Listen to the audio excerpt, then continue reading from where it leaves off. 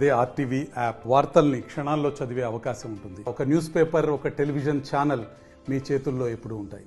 తెలంగాణ రాష్ట్రంలో ఇప్పటికే ఎండలు దంచి కొడుతుందని చెప్పుకోవచ్చు. ముఖ్యంగా వాతావరణ శాఖ కూడా హెచ్చరికలు కూడా జారీ చేసిన పరిస్థితి.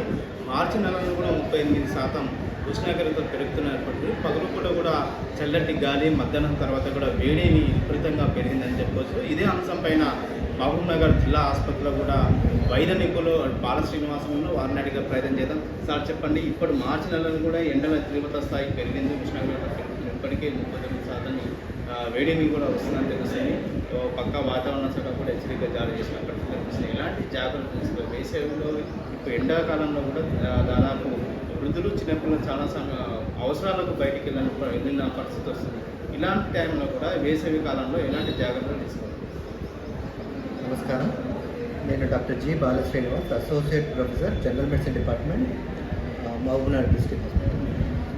లాస్ట్ 3-4 వీక్స్ నుంచి ఎండలు చాలా ఎక్కువగా ఉన్నాయి.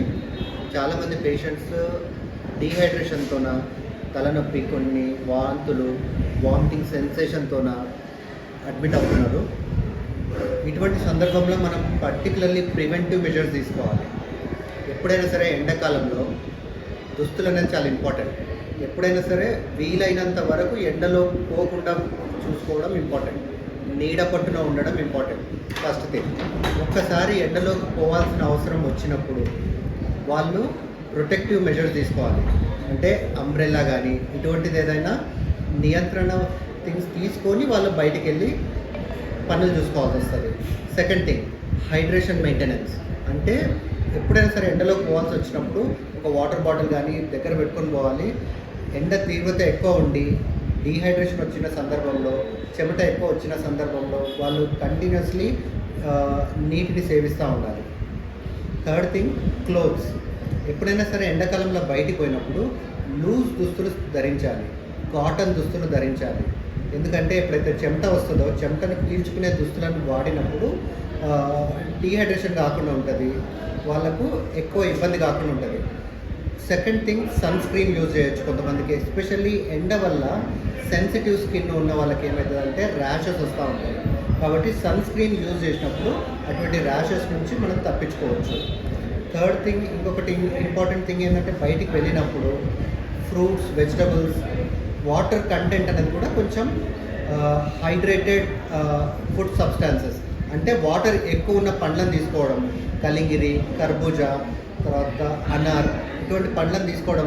లైట్ ఫుడ్ తీసుకొని బయటికి పోయినప్పుడు వాళ్ళకు వచ్చే అలసట కానీ చెమట కానీ తక్కువ ఉంటుంది. దానివల్ల మనము డీహైడ్రేషన్, పర్టికులర్లీ ఎండాకాలంలో వచ్చే ఇంపార్టెంట్ ఆస్పెక్ట్ ఏంటంటే డీహైడ్రేషన్లో ప్రివెంట్ చేయగలగాలి మనం.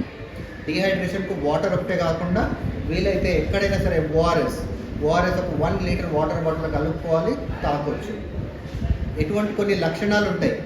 ఒకటి, వామిటింగ్ సెన్సేషన్, ఎక్కువ చెమట రావడము, కళ్ళు తిరగడము, తలనొప్పి రావడము. ఇటువంటి లక్షణాలు ఏదైనా వచ్చినప్పుడు వెంటనే వైద్యుని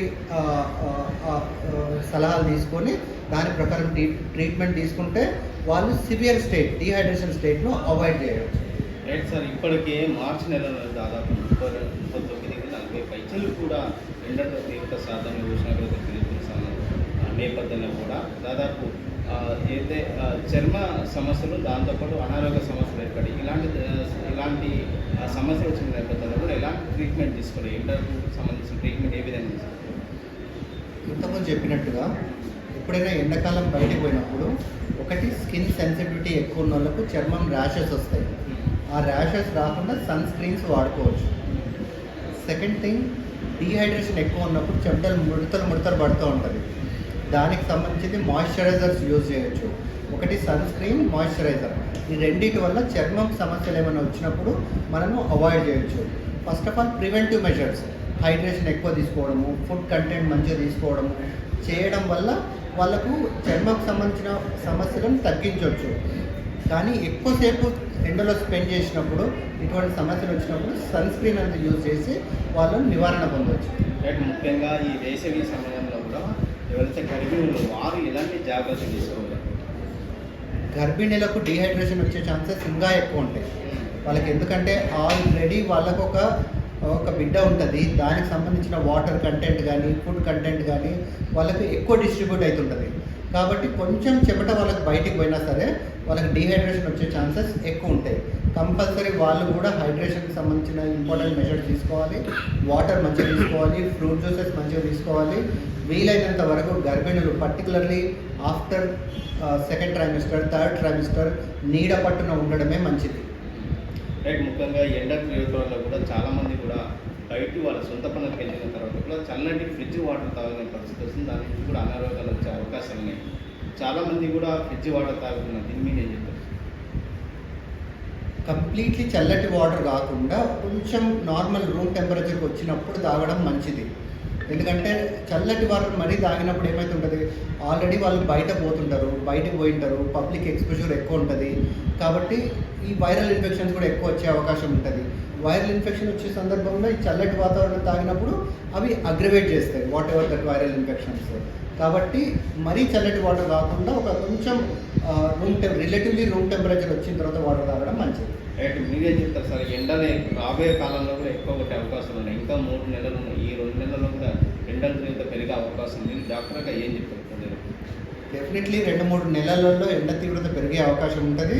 కాబట్టి కంపల్సరీ ఈ వస్త్రధారణ కానీ, డీహైడ్రేషన్ ప్రివెంట్ చేయడానికి వాటర్ కంటెంట్ కానీ, వాటర్ కంటెంట్ ఉన్న ఫుడ్ మంచిగా తీసుకోవడం కానీ, లైట్ ఫుడ్ తీసుకోవడం కానీ కంపల్సరీ చేసి వీలైనంత వరకు నీడ పట్టునే ఉండగలిగేటట్టు చూసి, ఎస్పెషల్లీ ఎక్కువ రిస్క్ ఉండేవాళ్ళు అంటే పిల్లలు, గర్భిణీ స్త్రీలు నీడ పట్టున ఉండేటట్టు చూసుకోవాలి. రైట్. ముఖ్యంగా ఇది మహబూబ్నగర్ జిల్లాలో కూడా ఎండ తీవ్రత పెరిగే అవకాశం ఉన్న నేపథ్యంలో మరియు ఉన్నట్లో ఖచ్చితంగా ప్రజలు జాగ్రత్తలు తీసుకోవాలని చెప్పి డాక్టర్లు సలహాలు తెలియజేస్తూ, ముఖ్యంగా ఎండాకాలం ఇంకా 2 నెలలుగా ఎక్కువ తీవ్రత ఉన్న నేపథ్యం, ఇప్పటికే 39% ఉష్ణోగ్రతలు పెరిగిన నేపథ్యంలో రానున్న రోజుల్లో పెరిగే అవకాశం ఉన్న నేపథ్యంలో కూడా ఖచ్చితంగా ప్రజలు మీరు బయటికి వెళ్ళిన సమయంలో కూడా గొడుగు కానీ వస్త్రధారణ కాటన్ దుస్తులను కూడా వాడాలని చెప్పి డాక్టర్ తెలియజేస్తుంది. ఏదైనా వడదెబ్బ కానీ కొట్టే అవకాశాలు, వడదెబ్బ కొట్టిన నేపథ్యంలో ఖచ్చితంగా మీరు ప్రభుత్వ ఆసుపత్రిలో వచ్చి డాక్టర్ని సంప్రదించాలని చెప్పి వారు తెలియజేసిన పరిస్థితి కనిపిస్తుంది. వేడి జర్నలిస్ట్ నర్సింగ్రెడ్డితో రామకొండ, ఆర్టీ, మహబూబ్నగర్. మరిన్ని వీడియోస్ కోసం ఛానల్ ని సబ్స్క్రైబ్ చేయండి. లేటెస్ట్ అప్డేట్స్ కోసం వాట్సాప్ ఛానల్ ని ఫాలో అవ్వండి. అండ్ లింక్ డిస్క్రిప్షన్ లో ఉంది.